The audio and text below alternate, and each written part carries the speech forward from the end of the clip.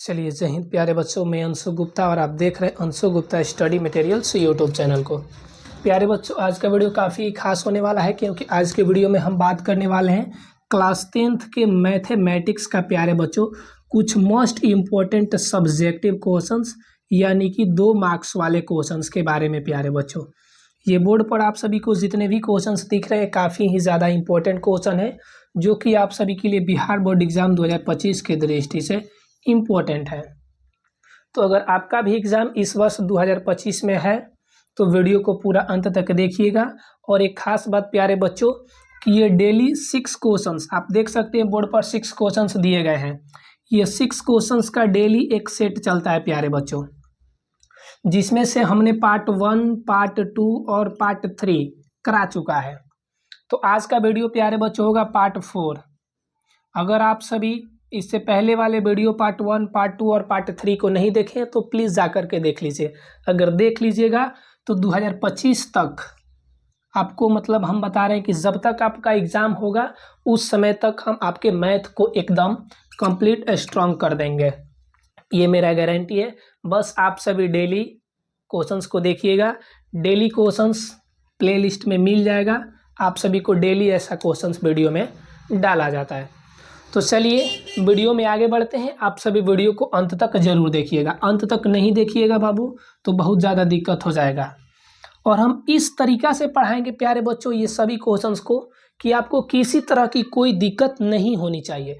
यानी कि अगर आप मैथ में कुछ भी नहीं जानते हैं, बस पढ़ के निकल गए हैं लेकिन रिवाइज नहीं किए हैं, तो हम वैसे तरीक़ा से एकदम फुल डिटेल्स के साथ बताएंगे। याद रखिएगा, शॉर्ट फॉर्म यूज़ नहीं होगा। जिस तरह से आप सभी क्लास में पढ़ते हैं उसी तरह से डिटेल्स यूज़ होगा, यहाँ पे डिटेल्स में पढ़ाएंगे।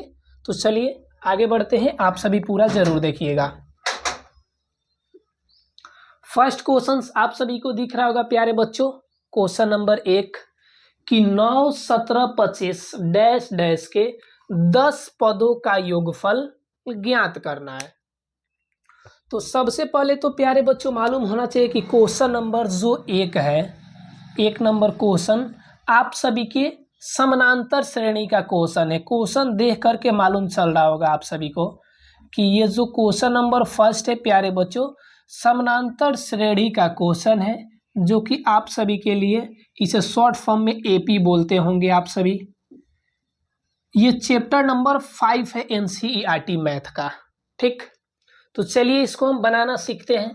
सबसे पहले क्वेश्चंस दिया गया है 9, 7, 25 ऐसे करके दिया हुआ है, 10 पदों के योगफल को निकालना है। तो सबसे पहले प्यारे बच्चों ए चुना जाता है। ए का मतलब क्या होता है? प्रथम पद होता है। प्रथम पद मतलब पहला वाला क्या दिख रहा है? 9 दिख रहा है। फिर चुना जाता है डी।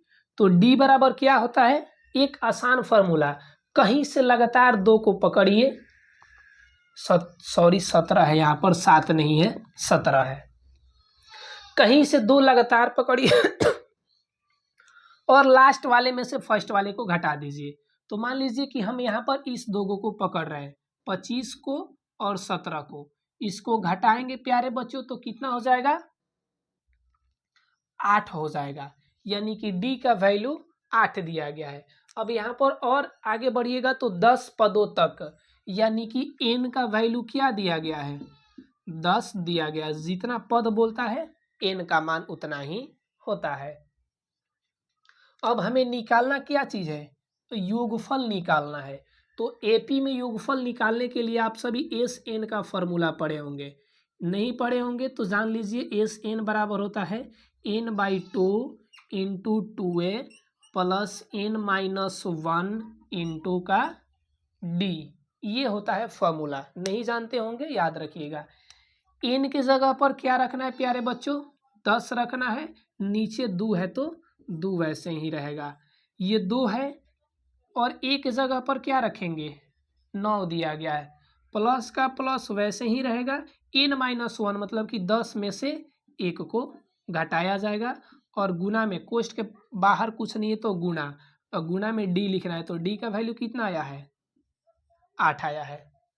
कोई दिक्कत नहीं, आराम से पढ़ेंगे। 10 2 को कटा देंगे, 5 बार में कटेगा ऐसे।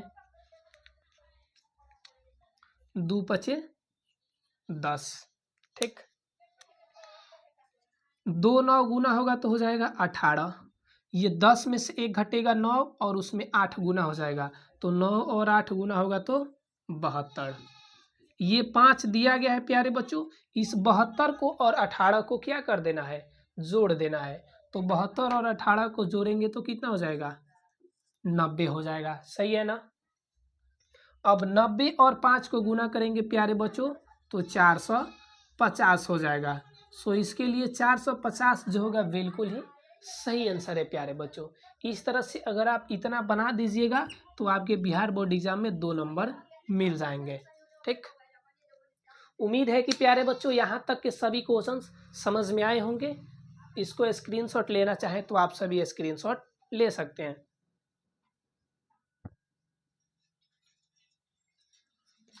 अब नेक्स्ट क्वेश्चंस में आगे बढ़ेंगे और देखेंगे नेक्स्ट क्वेश्चंस यानी कि क्वेश्चन नंबर 2 कैसे बनेगा।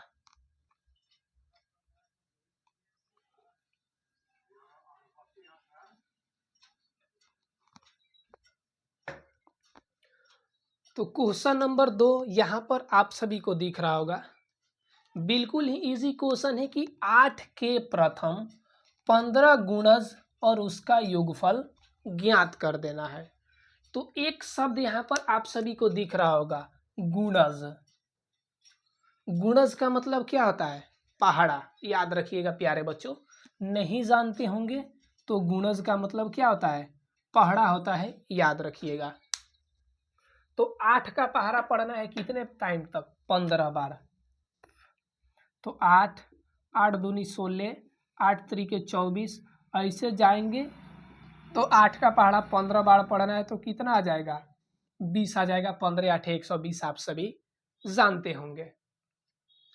तो सबसे पहले इसका योगफल निकालना है। तो योगफल निकालने के लिए n/2 into 2a plus n-1 into D होता है। तो a, d और n तो चुनना पड़ेगा। तो देखिए a का वैल्यू प्रथम वाला होता है, पहिल का 8 हो जाएगा। b का वैल्यू d का वैल्यू जब देखेंगे तो इस दोनों को पकड़ के घटाएंगे, 24 में से 16 घटेगा तो 24 में से 16 घट के 8 हो जाएगा। और अंतिम वाले को an बोला जाता है, आप सभी को मालूम होगा। तो an का वैल्यू क्या दिया गया है, 120 दिया गया है। अब यहां से हमको निकालना क्या है प्यारे बच्चों, SN निकालना है। तो आप सभी SN के लिए चलिए हम कुछ एक्स्ट्रा फॉर्मूला बताते हैं जो क्वेश्चंस बनाने में आपके मदद करेंगे। SN का तो आप लोग फॉर्मूला जानते होंगे, n/2 into 2a plus n-1 into D. इसी का एक और फॉर्मूला भी होता है प्यारे बच्चों, n/2 into a plus an भी होता है। ये फार्मूला आप सभी जानते होंगे या नहीं जानते होंगे।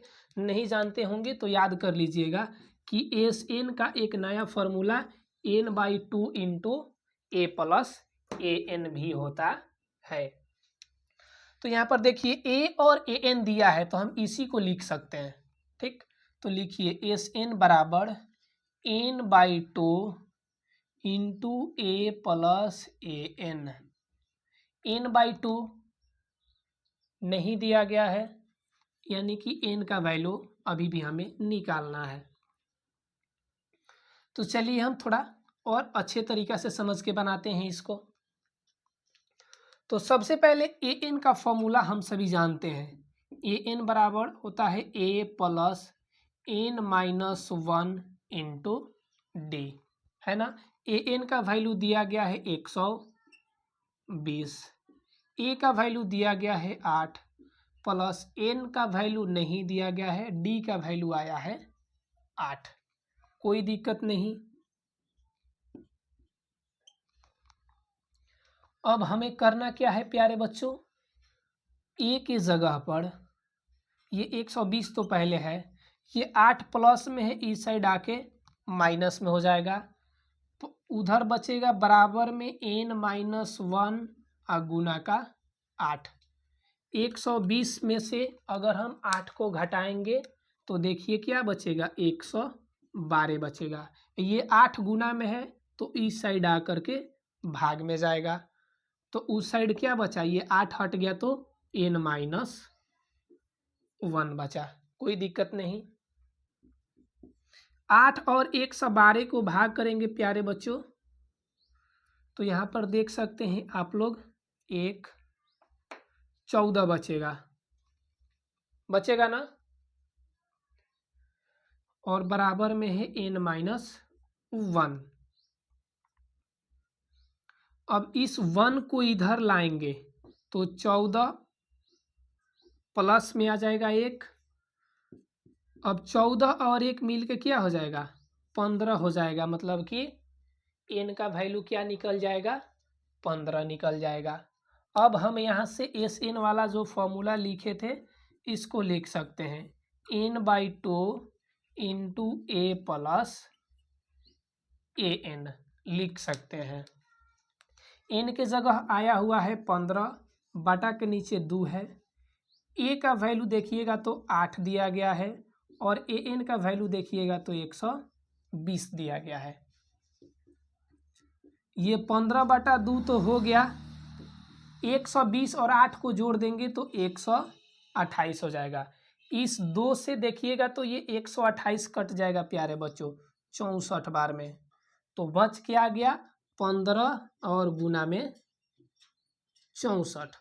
अब 15 64 को आप सभी गुना कर सकते हैं प्यारे बच्चों, क्या आएगा, 15 चौका 60 का 0 हासिल 6 हो जाएगा, 15 छक्के 90 और 6 96, 960 हो जाएगा। इस तरह से आप सभी इसका स्क्रीनशॉट ले लीजिए जल्दी से।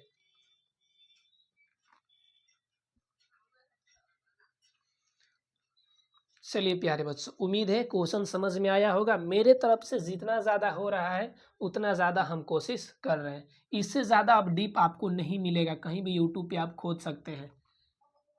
इतना कुछ छूट जाने के बाद भी आपको कोई अच्छे तरीक़ा से नहीं पढ़ा सकता है।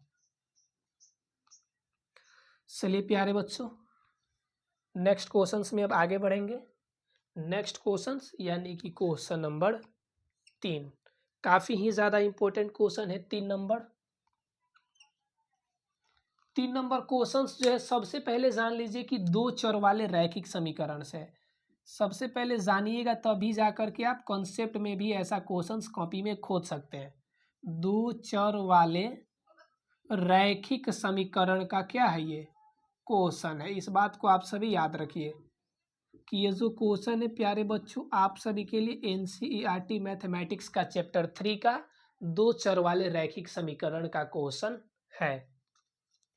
तो चलिए क्वेश्चन को पढ़ते हैं कि के किस मान के लिए समीकरण kx + y = 1 तथा k-1 इंटू x + 2y = 3 का कोई हल नहीं होगा। इस बात को ध्यान में रखिएगा, कोई हल नहीं होगा। तो चलिए प्यारे बच्चों, थोड़ा सा हम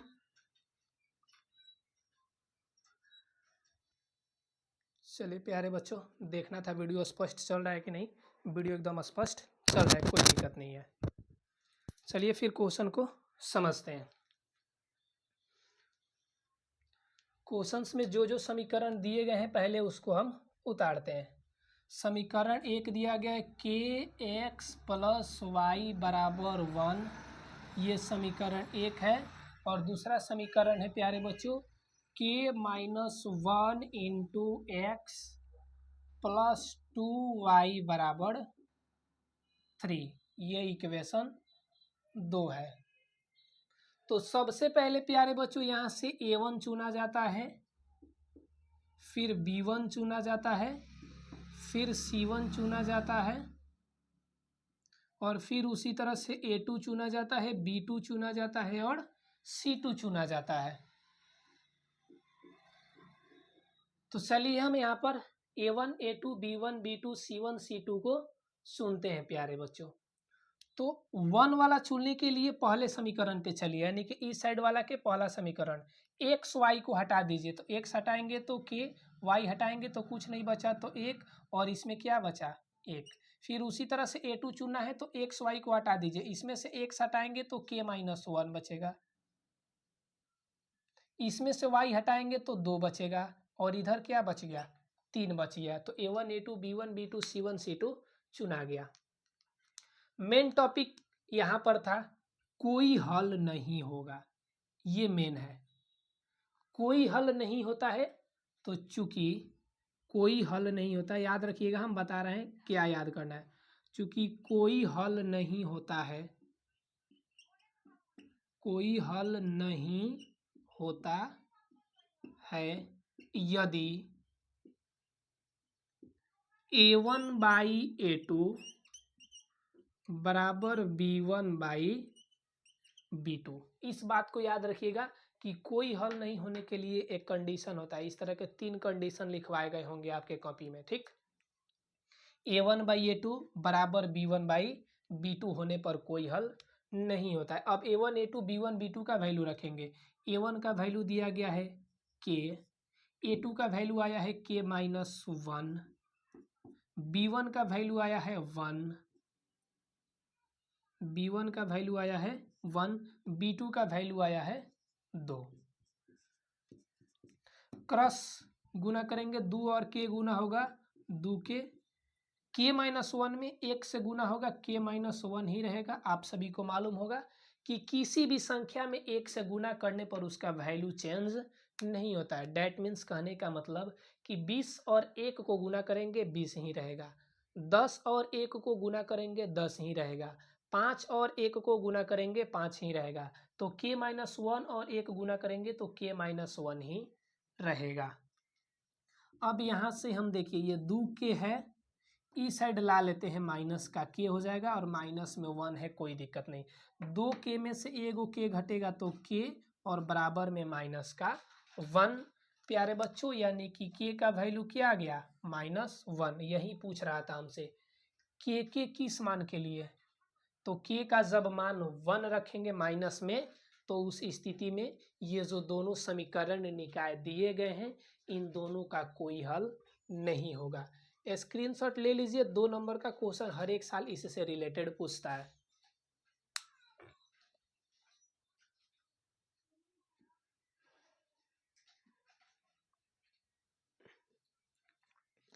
अब चलिए प्यारे बच्चों नेक्स्ट क्वेश्चंस में आगे बढ़ते हैं, यानी कि क्वेश्चन नंबर 4।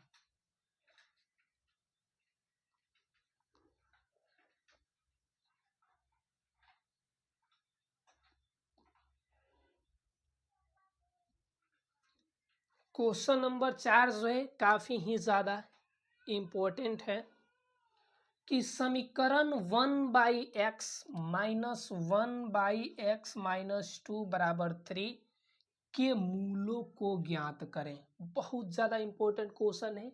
मूल निकालना पूछ दे या फिर शून्यक निकालना पूछ दे। चैप्टर नंबर 4 का है द्विघात समीकरण का 4 नंबर क्वेश्चन। ध्यान से सुनिएगा, बन जाएगा। सबसे पहले जो क्वेश्चंस दिया है उसको लिखते हैं। 1/x माइनस 1/x माइनस 2 और बराबर का इस साइड क्या दिया गया है, 3 दिया गया है। तो सबसे पहले तो इस साइड बाटा का घटाव दिख रहा है, ये भी बाटा में, ये भी बाटा में और बीच में घटाव, मतलब कि बाटा का घटाव। तो x और x माइनस 2 का एलसीएम निकालेंगे तो नहीं निकलने वाला है, तो गुना के रूप में ऐसे लिख दिया जाता है, सभी लोग जानता होगा। इस x से ये x कट जाएगा तो बचेगा क्या, x माइनस 2 बचेगा। ध्यान से सुनिएगा। और x माइनस 2 में जब 1 से गुना करेंगे तो x माइनस 2 ही रह जाएगा। फिर ये माइनस हो गया, x माइनस 2 से ये x माइनस 2 कट जाएगा तो x बचेगा, बचेगा ना। x और 1 गुना होगा तो क्या बचेगा, x बचेगा। बराबर में इस साइड दिया गया है 3, नीचे कुछ नहीं है तो 1 मान लेंगे, ठीक। अब देखिए यहाँ पर ये प्लस का x और माइनस का x कट गया तो बचा केवल माइनस का 2। इसको देखिएगा, x और x गुणा होगा x स्क्वायर हो जाएगा, इसमें प्लस है माइनस है तो माइनस हो जाएगा। 2 और x गुणा होके प्यारे बच्चों 2x हो जाएगा। बराबर में इधर 3/1 दिया गया है कोई दिक्कत नहीं।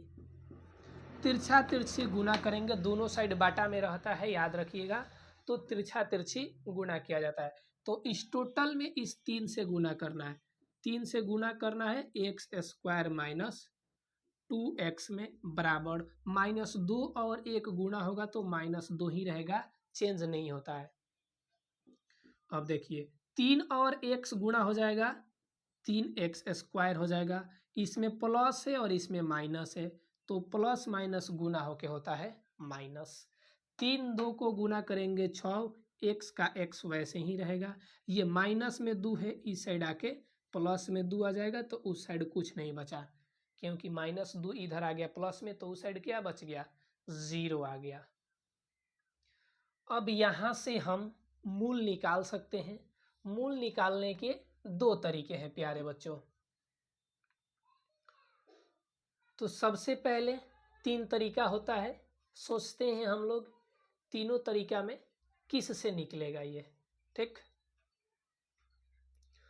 तो चलिए हम गुणनखंड के द्वारा निकालते हैं और देखते हैं कि क्या गुणनखंड के द्वारा निकल पाता है कि नहीं निकल पाता है।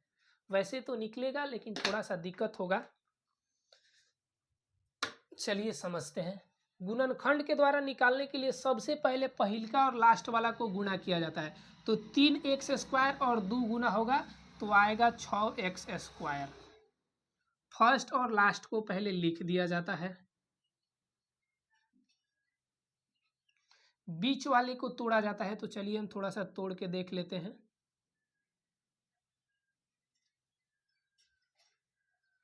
गुणनखंड के द्वारा निकालना बाबू इसको बहुत ज़्यादा मुश्किल हो जाएगा, ठीक। गुणनखंड के द्वारा नहीं निकालते हैं। तो गुणनखंड के द्वारा नहीं निकालते हैं तो चलिए पहले हम यहाँ पे ABC चुनते हैं, द्विघात सूत्र से निकालेंगे। तो द्विघात समीकरण का व्यापक रूप आप सभी पढ़े होंगे, ax square plus bx plus c बराबर का 0 निकल जाएगा, कोई दिक्कत नहीं। x स्क्वायर के पहले a है, x के पहले b है और जो बच गया वह c है। तो इसमें देखिए x स्क्वायर के पहले 3 है, a का काम करेगा, x के पहले -6 है, b का काम करेगा और जो बच गया वो c का काम करेगा, तो 2 बच गया।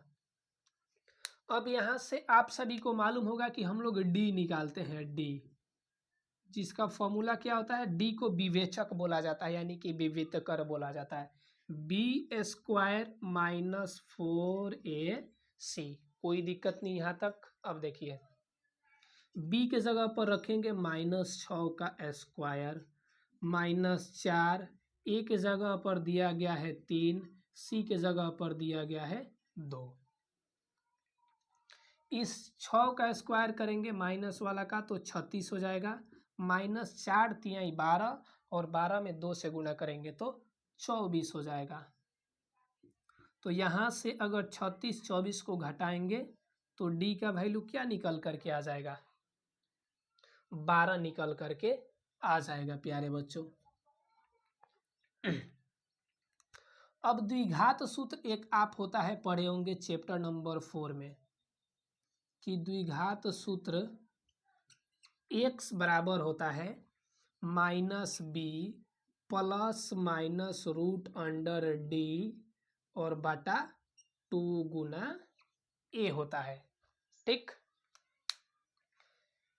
x तो है जैसे रहेगा माइनस ये फॉर्मूला वाला, और b का वैल्यू दिया गया है -6, तो b का वैल्यू -6। देखिए ये माइनस था, फॉर्मूला वाला माइनस, और b का वैल्यू क्या है -6 दिया गया है, प्लस माइनस √d। तो d के जगह पर क्या रखेंगे, 12 रखेंगे, और बटा के नीचे 2 है और गुना में a, तो a का वैल्यू क्या है 3 दिया गया है। कोई दिक्कत नहीं हो रहा यहाँ तक। अब थोड़ा सा हम इधर आ जाते हैं। x बराबर माइनस और माइनस मिल करके प्लस का 6 हो जाएगा, प्लस माइनस इस 12 को हम लोग लिख सकते हैं 2√3। कैसे हुआ 2√3, वेट कीजिए बता रहे हैं। नीचे 2 तिया गुना होके क्या हो जाएगा 6 हो जाएगा। चलिए समझते हैं थोड़ा सा कि ये हम √12 को 2√3 कैसे लिखे हैं।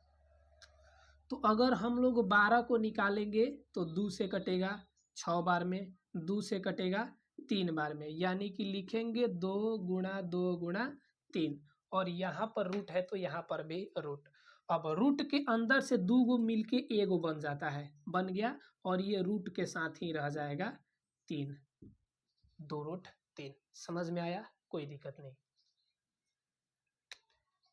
अब x का वैल्यू क्या हो जाएगा, एक बार 6 प्लस वाला ले लेंगे एक बार 2√3/6, और एक ले लेंगे 6 माइनस के साथ ले लेंगे 2√3/6। तो इस तरह से ये x के वैल्यू निकल गए। अब देखिएगा यहाँ पर प्यारे बच्चों, तो एक आप सभी को मिला था द्विघात समीकरण। तो द्विघात समीकरण के 2 शून्यक होते हैं, जिसमें से एक को बोला जाता है अल्फा और दूसरे को बोला जाता है बीटा। तो एक इसमें से हो जाएगा अल्फा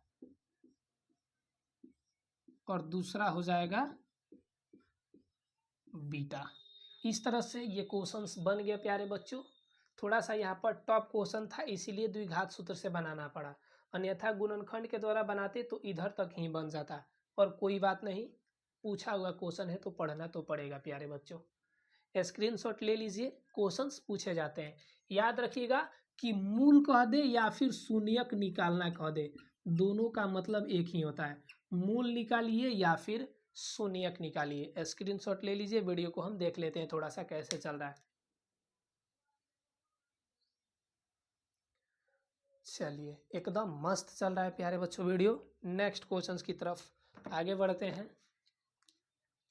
नेक्स्ट क्वेश्चंस बढ़ने से पहले प्यारे बच्चों, जैसा कि मैंने क्लास में बताया था ऑफलाइन क्लास में, कि बीच में हम एक्स्ट्रा क्वेश्चंस कुछ देंगे, जिसको आप सभी को बना करके भेजना है। कहाँ भेजना है तो हम बता रहे हैं अभी। एक्स्ट्रा क्वेश्चंस ये है प्यारे बच्चों कि आप लोगों को सिद्ध करना है, सिद्ध करें कि √3 अपरिमेय संख्या है। सिद्ध करें कि √3 अपरिमेय संख्या है।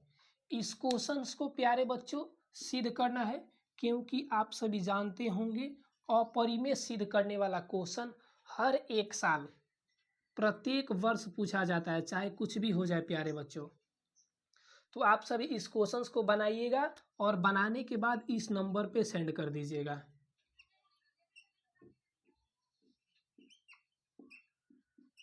ठीक, इस नंबर पे सेंड कीजिएगा, जिससे कि मालूम चलेगा कि आप वीडियो को कंटिन्यूअस देखे हैं। ठीक, चलिए अब 9835246976 9835246976।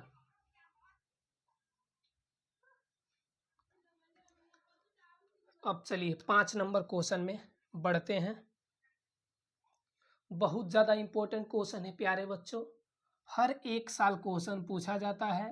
क्वेश्चन जो है ये वास्तविक संख्या का है।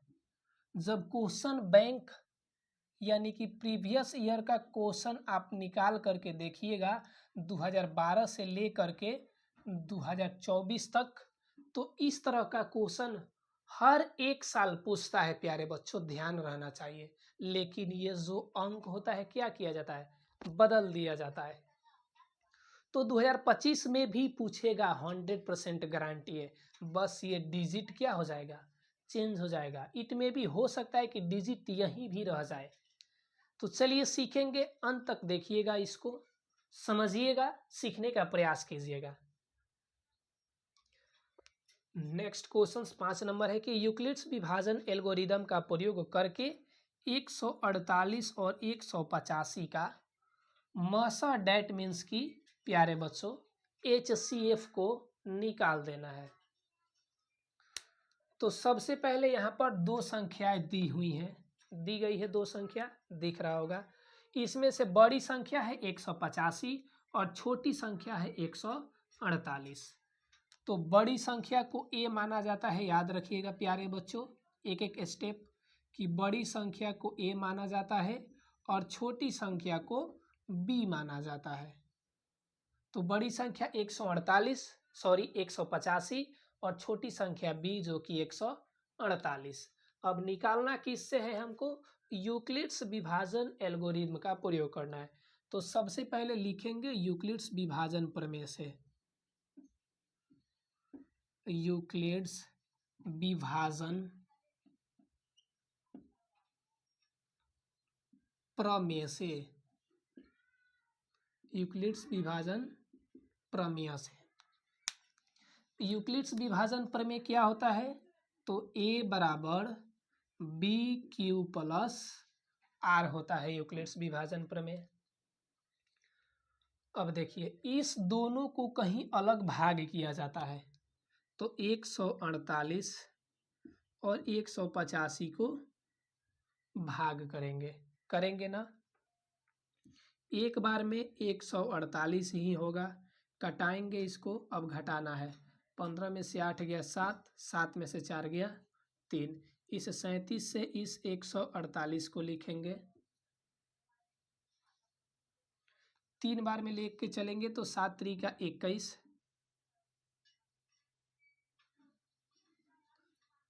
और उसके बाद 2 बचेगा हासिल, 3 त्रिके 9 और 2 11 बचेगा। अब इसको घटाएंगे तो 8 में से 1 गया 7, और ये 4 बार में कट जाएगा शायद टोटली, देखते हैं एक बार। 7 चौका 28, हासिल बचेगा 2, 4 3 12 2 14, एकदम कट गया। अब यहाँ पर कट गया तो इसको हेल्प से यहाँ लिखना है। तो देखिए एक स्टेप में भाग मैंने यहाँ तक किया था ना, फिर दूसरा स्टेप शुरू किया तो यहाँ तक भाग किया, यानी कि 2 स्टेप बने, स्टेप फर्स्ट और स्टेप 2 गो स्टेप बन गया। अब आप सभी को मालूम होगा कि जब हम ऐसे भाग देते हैं तो इस बीच वाले को बोला जाता है ए, इस साइड वाले को बोला जाता है बी, इस साइड वाले को क्यू और नीचे वाले को आर। ये फंडा याद रहना चाहिए, ठीक। तो देखिए ए दिया गया है, ए मतलब क्या? बीच वाला, तो बीच में 185 और 148, 185 148 बराबर है, तो दोनों में बराबर। बी मतलब क्या? लेफ्ट साइड वाला, बाहर वाला, 148 37, 148 37। फिर गुना है, क्योंकि बी क्यू के बीच में कुछ नहीं तो गुणा। अब फिर क्यू कहाँ है? देखिए ना इसमें, उस साइड वाला, तो 1 और 4 प्लस प्लस आर दिख रहा है, आर मतलब क्या? नीचे वाला, तो पहला में नीचे था 37 और इसमें था 0, तो इसमें का हो गया 37 और इसमें का हो गया 0, बात खत्म, कुछ नहीं। अब लिखेंगे HCF बराबर, जहाँ पर 0 दिखे, ध्यान से सुन लेना लोग, 0 दिख रहा है बराबर के जस्ट बाद, 0 दिख रहा है बराबर के जस्ट बाद क्या दिख रहा है? 37 हो गया आंसर। एक क्वेश्चन बिहार बोर्ड में 2 नंबर में कैसे भी करके पूछता है प्यारे बच्चों।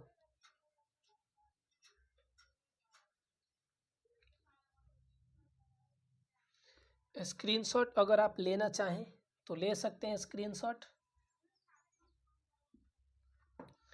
वीडियो को एक बार देख लिया जाए, क्योंकि वीडियो बीच बीच में कट भी जाता है, ठीक।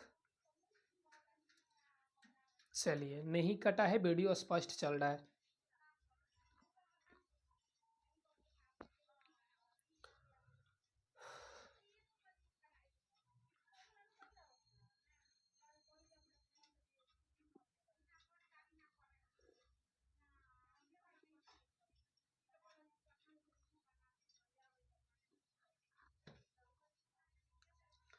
चलिए 6 नंबर क्वेश्चन जो कि आप सभी के लिए NCERT मैथमेटिक्स का चैप्टर नंबर 3 दो चर वाले रैखिक समीकरण का क्वेश्चन है। ये क्वेश्चंस अगर पूरा बनाते तो 5 नंबर में पूछा जाता, याद रखिएगा, लेकिन इसको हमें केवल समीकरण लिख देना है, बनाना नहीं है। अगर बनाते तो ये क्वेश्चन 5 नंबर वाला हो जाता, जो कि एक बोर्ड पूरा कंप्लीट बनता अच्छे से, लेकिन क्वेश्चन है कि केवल समीकरण के रूप में ही लिखें, बनाना नहीं है। तो चलिए समीकरण के रूप में ही लिखना सीखेंगे। आगे जब 5 नंबर वाले क्वेश्चंस का प्रैक्टिस होगा तो ऐसे क्वेश्चंस बनेंगे और बनते हैं, आप यूट्यूब पे जाकर के देख सकते हैं। यदि किसी भिन्न के अंश के साथ एक जोड़ दिया जाए तो भिन्न 1/2 में बन जाता है। थोड़ा सा हम ये वाला पेन ले लें। एक जोड़ रहे हैं तो क्या हो रहा है, 1/2 बन रहा है, अंश के साथ, याद रखिएगा। फिर यदि हर के साथ एक जोड़ रहे हैं तो वह 1/3 बन जा रहा है। इस कथन को समीकरण के रूप में लिख देना है। तो एक एक स्टेप को समझिएगा। भिन्न के मतलब क्या हुआ, आप लोग बाटा समझते हैं ना, ये ऐसी ही संख्या को क्या बोला जाता है, भिन्न बोला जाता है। अब जब ये भिन्न हो गया तो ऊपर वाले को बोला जाता है अंश और नीचे वाले को बोला जाता है हर, याद रखिएगा। बाटा में लिखी गई संख्या को अंश बोलते हैं ऊपर वाले में, और नीचे वाले को हर बोलते हैं। पानी लेके आओ जाओ।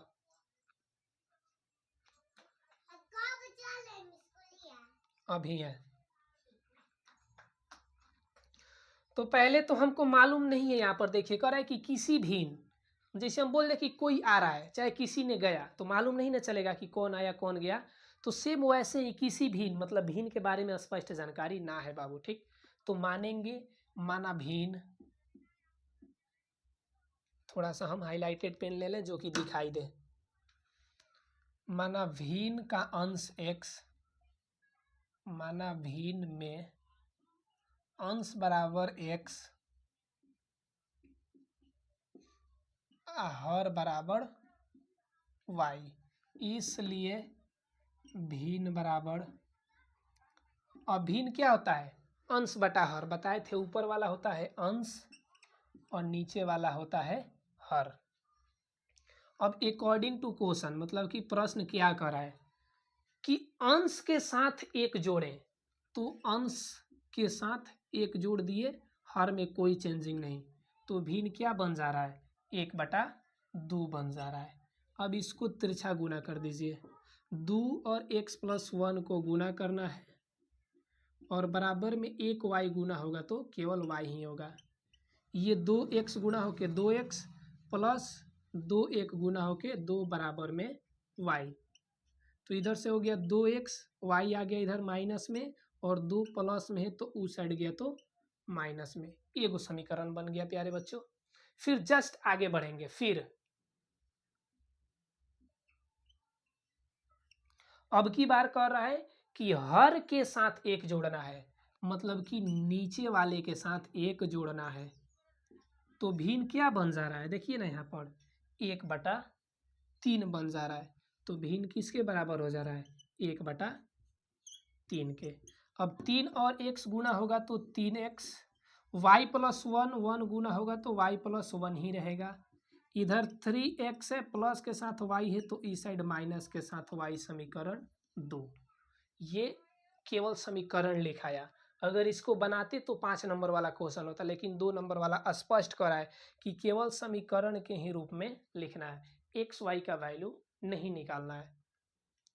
तो अगर आपके अंदर बाबू इतना पावड़ हो, आप पढ़े होंगे और याद रखे होंगे, तो इस दोनों समीकरण के हेल्प से आप एक्स वाई का मान निकाल करके हमें कमेंट बॉक्स में बता सकते हैं। तो चलिए प्यारे बच्चों, आज के लिए इतना ही। मिलेंगे नेक्स्ट वीडियो में, तब तक के लिए बाय, जय हिंद, बेस्ट ऑफ लक। मेरे अंदर जितना ताकत था समझाने वाला बाबू, मैंने आप सभी को उतना ताकत समझाने के लिए लगा दिया है।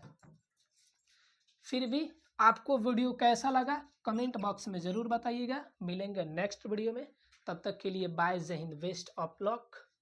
वीडियो पसंद आया होगा तो लाइक कीजिएगा, वीडियो को शेयर कीजिएगा, ताकि आपके साथ साथ आपके सभी दोस्त साथी मित्र भी लाइव क्लास में आकर के जुड़े।